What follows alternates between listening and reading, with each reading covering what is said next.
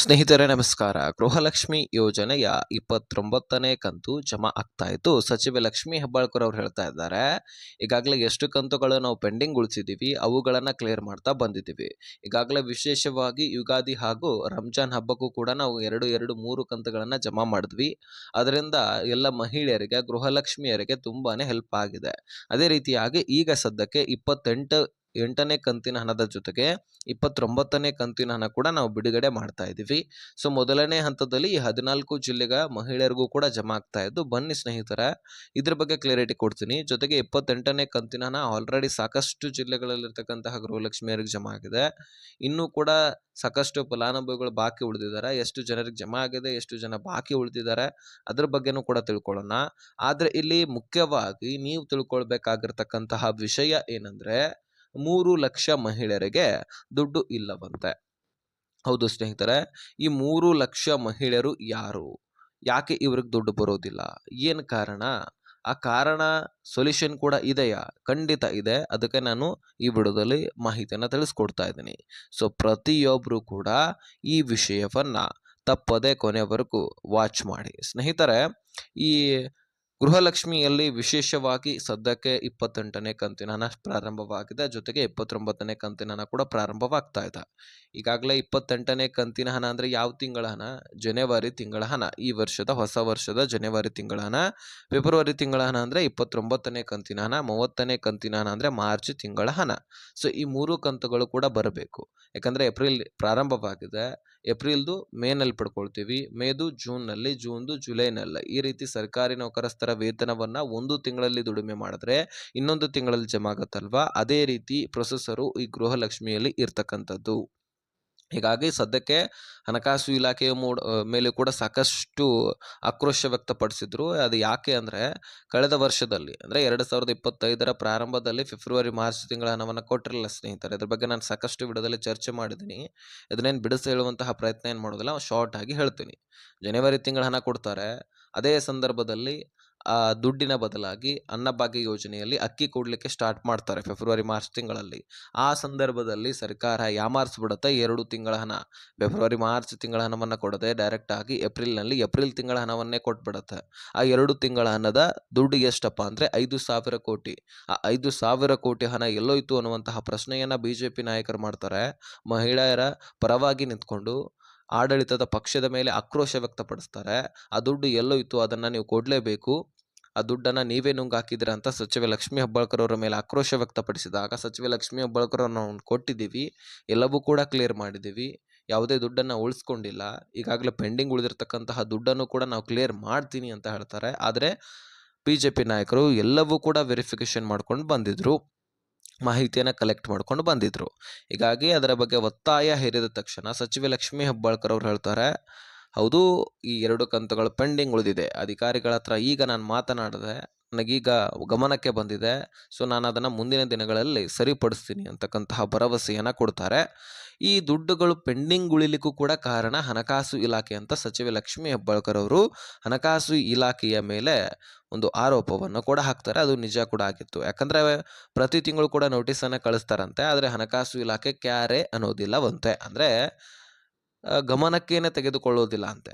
ಸರಿಯಾಗಿ ದುಡ್ಡನ್ನು ಕೊಟ್ಟರೆ ಸರಿಯಾಗಿ ನಿಮ್ಮ ಖಾತೆಗಳಿಗೆ ದುಡ್ಡು ಜಮಾ ಮಾಡ್ಲಿಕ್ಕೆ ಸಾಧ್ಯ ಆಗುತ್ತೆ. ಆದರೆ ಹಣಕಾಸು ಇಲಾಖೆ ಈ ಒಂದು ಕಂತುಗಳನ್ನು ಕೊಡಲಿಕ್ಕೆ ಡಿಲೇ ಮಾಡುವಂತಹ ಕಾರಣಕ್ಕಾಗಿ ನಿಮ್ಮೆಲ್ಲರ ಖಾತೆಗಳಿಗೆ ಈ ದುಡ್ಡು ಬರಲಿಕ್ಕೆ ಲೇಟ್ ಆಗ್ತಾ ಇದೆ, ತಡವಾಗ್ತಾ ಇದೆ, ಈ ರೀತಿ ಸ್ಟೇಟ್ಮೆಂಟನ್ನು ಕೊಡ್ತಾರೆ. ಹೀಗಾಗಿ ಹಣಕಾಸು ಇಲಾಖೆಯ ಮೇಲೆ ಪ್ರೆಷರ್ ಬೀಳುತ್ತೆ. 24, 25, 26 ಇವುಗಳು ಸತತವಾಗಿ ಬರುತ್ತೆ. ನೆಕ್ಸ್ಟ್ 27ನೇ ಕಂತಿನ ಹಣ ಕೂಡ ಬಂದು ಯುಗಾದಿ ರಂಜಾನ್ ಹಬ್ಬಕ್ಕೆ ನಿಮಗೆ ನವೆಂಬರ್ 26ನೇ ಕಂತು, ಡಿಸೆಂಬರ್ 27ನೇ ಕಂತು ನಿಮ್ಮ ಖಾತೆಗಳಿಗೆ ಜಮಾ ಆಗುತ್ತೆ. ಅವುಗಳಿಂದ ನೀವು ಹಬ್ಬವನ್ನು ಕೂಡ ಆಚರಿಸ್ತೀರಿ. ಈಗ ಸದ್ಯದಲ್ಲಿ 28ನೇ ಕಂತಿನ ಹಣ ಜಮಾ ಆಗಿದೆ ಅಂತ ಹೇಳಿ ಸಾಕಷ್ಟು ಜನ ಕಮೆಂಟ್ ಮಾಡಿದ್ದಾರೆ. ಈಗ ಸದ್ಯಕ್ಕೆ ಎಕ್ಸಾಕ್ಟ್ ಆಗಿ 50ರಿಂದ 55 ಲಕ್ಷ ಫಲಾನುಭವಿಗಳಿಗೆ 28ನೇ ಕಂತಿನ ಹಣ ಜಮಾ ಆಗಿದೆ. ಇನ್ನು ಬಹಳಷ್ಟು ಅರ್ಧಕ್ಕರ್ಧ 50% ಫಲಾನುಭವಿಗಳು ಬಾಕಿ ಉಳಿದಿದ್ದಾರೆ. ಅವ್ರಿಗೂ ಕೂಡ ಕ್ಲಿಯರ್ ಮಾಡಲಾಗುತ್ತೆ ಕೇವಲ 3ರಿಂದ 4 ದಿನಗಳಲ್ಲಿ. ಸದ್ಯಕ್ಕೆ ಯಾವುದೇ ತಾಂತ್ರಿಕ ದೋಷಗಳು ಕೂಡ ಕಂಡು ಬಂದಿಲ್ಲ. ಹಾಗಾಗಿ ಡಿಲೇ ಆಗುವಂತಹ ಸಾಧ್ಯತೆ ಕಡಿಮೆ. ಆದಷ್ಟು ಬೇಗನೆ ಕ್ಲಿಯರ್ ಮಾಡ್ತಾರೆ. ಅದರ ಜೊತೆಗೆ 29ನೇ ಕಂತಿನ ಹಣ ಕೂಡ ಪ್ರಾರಂಭಿಸಿದ್ದು, ಈ ವರ್ಷದಲ್ಲಿ ಯಾವುದೇ ರೀತಿ ಗೃಹಲಕ್ಷ್ಮಿ ಯೋಜನೆ ದುಡ್ಡಿಗೆ ಕೊರತೆ ಇಲ್ಲ. ಯಾಕಂದ್ರೆ ಎಲ್ಲ ಯೋಜನೆಗಳಿಗೆ ಸಪರೇಟ್ ಆಗಿ ದುಡ್ಡನ್ನು ಮೀಸಲಿಡಲಾಗಿದೆ. ಉದಾಹರಣೆಗೆ ಇಂದಿರಾ ಕಿಟ್ ವಿತರಣೆ ಮಾಡಲಿಕ್ಕೆ 6,200 ಕೋಟಿಯನ್ನು ಮೀಸಲಿಡಲಾಗಿದೆ. ಶಕ್ತಿ ಯೋಜನೆಗೆ 5,300 ಕೋಟಿ ಮೀಸಲಿಡಲಾಗಿದೆ. ಗೃಹಜ್ಯೋತಿ ಯೋಜನೆಗೆ 10,708 ಕೋಟಿ ಮೀಸಲಿಡಲಾಗಿದೆ. ಇನ್ನು ಯುವ ನಿಧಿ ಸ್ನೇಹಿತರೆ ಅದನ್ನು ಲೆಕ್ಕಕ್ಕೇನೆ ಹಿಡಿದಿಲ್ಲ. ಆ ಯೋಜನೆ ಪ್ರಾರಂಭದಲ್ಲಿನೇ ಬಂದಾಗಿಬಿಟ್ಟಿದೆ ಅಂತ ನಾವು ಹೇಳಬಹುದು. ಯಾಕಂದರೆ ಯಾವ ವಿದ್ಯಾರ್ಥಿಗಳು ಕೂಡ ಇದರ ಬಗ್ಗೆ ಧ್ವನಿ ಎತ್ತೋದಿಲ್ಲ, ಆಕ್ರೋಶ ವ್ಯಕ್ತಪಡಿಸೋದಿಲ್ಲ. ಆಗ ಮಾತ್ರ ಸರ್ಕಾರ ಮನೀಲಿಕ್ಕೆ ಸಾಧ್ಯ. ಯಾಕಂದರೆ ನುಡಿತಾರೆ, ಆದರೆ ನುಡಿದಂತೆ ನಡೆಯೋದಿಲ್ಲ. ಸೊ ಈಗ ಸದ್ಯಕ್ಕೆ ಗೃಹಲಕ್ಷ್ಮಿಯಲ್ಲಿ ನುಡಿದಂತೆ ನಡೀತಾ ಇದ್ದಾರೆ. ಹೀಗಾಗಿ ಗೃಹಲಕ್ಷ್ಮಿ ಯೋಜನೆಯ ಒಂದು ಈ ವರ್ಷದ ದುಡ್ಡು 28,608 ಕೋಟಿ ಮೀಸಲಿಡಲಾಗಿದೆ. ಸುಮಾರು ಒಂದು ಕಂತಿಗೆ 22,400 ಕೋಟಿಯಷ್ಟು ದುಡ್ಡು ಖರ್ಚು ವೆಚ್ಚ ಆಗುತ್ತೆ. ಹೀಗಾಗಿ 12 ತಿಂಗಳ ಹಣ 12 ಕಂತುಗಳಿಗೆ ಯಾವುದೇ ದುಡ್ಡಿನ ಕೊರತೆ ಇಲ್ಲ. 28,608 ಕೋಟಿಯಲ್ಲಿ ನಿಮಗೆ 12 ಕಂತುಗಳು ಕೂಡ ಕಣ್ಣು ಮುಚ್ಕೊಂಡು ಬರುತ್ತೆ. ಹೀಗಾಗಿ ಹಣಕಾಸು ಇಲಾಖೆಯು ಕೂಡ ಯಾವುದೇ ತೊಂದರೆ ಇಲ್ಲದೆ ದುಡ್ಡನ್ನು ರಿಲೀಸ್ ಮಾಡ್ತಾ ಇದೆ. ಹಾಗಾಗಿ 29ನೇ ಕಂತಿನ ಹಣನೂ ಕೂಡ ಬೆನ್ನೆಲೆಯಲ್ಲಿನೇ ರಿಲೀಸ್ ಆಗ್ತಾ ಇದೆ. ಯಾವುದೇ ಕಂತುಗಳನ್ನು ಈಗ ಮಿಸ್ ಮಾಡೋದಿಲ್ಲ, ಎಲ್ಲವೂ ಕೂಡ ಕ್ಲಿಯರ್ ಮಾಡ್ತಾರೆ. 28 ಜನವರಿ, 29 ಫೆಬ್ರವರಿ ಕೊಟ್ಬಿಟ್ರೆ ಇನ್ನು ಏಪ್ರಿಲ್ ತಿಂಗಳಲ್ಲಿ ಈಗಾಗಲೇ ಪ್ರಾರಂಭವಾಗಿದ್ದು ಮಾರ್ಚ್ ಮತ್ತು ಏಪ್ರಿಲ್ ತಿಂಗಳ ಹಣವನ್ನು ಕೂಡ ಮೇನಲ್ಲಿ ಕೊಡುವಂತಹ ಸಾಧ್ಯತೆ. ಅಂದರೆ ಈಗ ಏಪ್ರಿಲ್ನಲ್ಲಿ ಜನವರಿ ಫೆಬ್ರವರಿ ದುಡ್ಡು ಕ್ಲಿಯರ್ ಮಾಡ್ತಾರೆ, ಮೇನಲ್ಲಿ ಮಾರ್ಚ್ ಏಪ್ರಿಲ್ದು ಕ್ಲಿಯರ್ ಮಾಡಿದ್ರೆ ಸುದ್ದಾದಂಗೆ ಆಗತ್ತೆ, ಎಲ್ಲವೂ ಕೂಡ ಕ್ಲಿಯರ್ ಆದಂಗೆ ಆಗತ್ತೆ.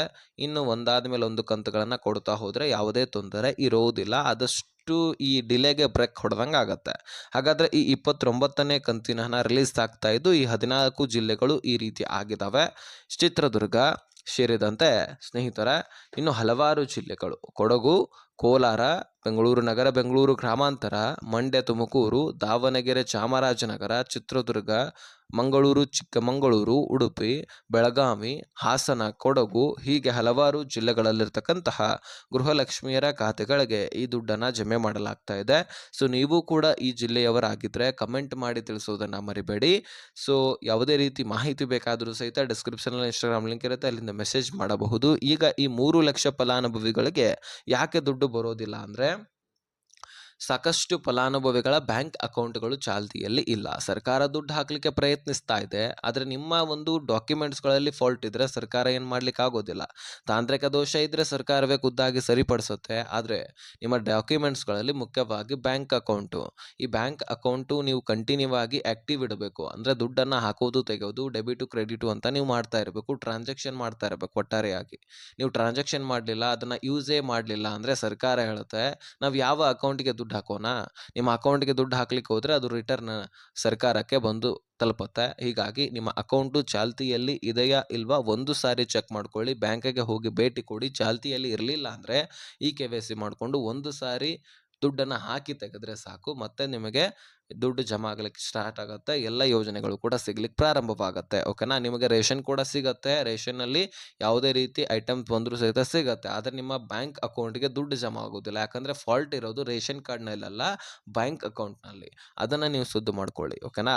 ಸೊ ಕ್ಲಾರಿಟಿ ಸಿಕ್ಕಿದೆ ಅಂತ ಅಂದ್ಕೊಳ್ತೀನಿ. ಆಗಲೇ ಹೇಳಿರುವ ಹಾಗೆ ಏನೇ ಕ್ವಶನ್ಸು ಕ್ವೆರೀಸ್ ಇದ್ದರೆ ಡಿಸ್ಕ್ರಿಪ್ಷನಲ್ಲಿ ಇನ್ಸ್ಟಾಗ್ರಾಮ್ ಲಿಂಕ್ ಇರುತ್ತೆ, ಅಲ್ಲಿಂದ ಮೆಸೇಜ್ ಮಾಡಿ, ಖಂಡಿತವಾಗ್ಲೂ ರಿಪ್ಲೈ ಕೊಡ್ತೀನಿ. ವಿಡಿಯೋ ನೋಡಿದ್ದಕ್ಕೆ ಧನ್ಯವಾದ. ಸಬ್ಸ್ಕ್ರೈಬ್ ಮಾಡಿಲ್ಲ ಅಂದರೆ ಸಬ್ಸ್ಕ್ರೈಬ್ ಮಾಡ್ಕೊಳ್ಳಿ. ಈ ವಿಷಯವನ್ನು ಆದಷ್ಟು ಎಲ್ಲ ಗೃಹಲಕ್ಷ್ಮಿಯರಿಗೆ ಶೇರ್ ಮಾಡುವಂತಹ ಜವಾಬ್ದಾರಿ ನಿಮ್ಮದು.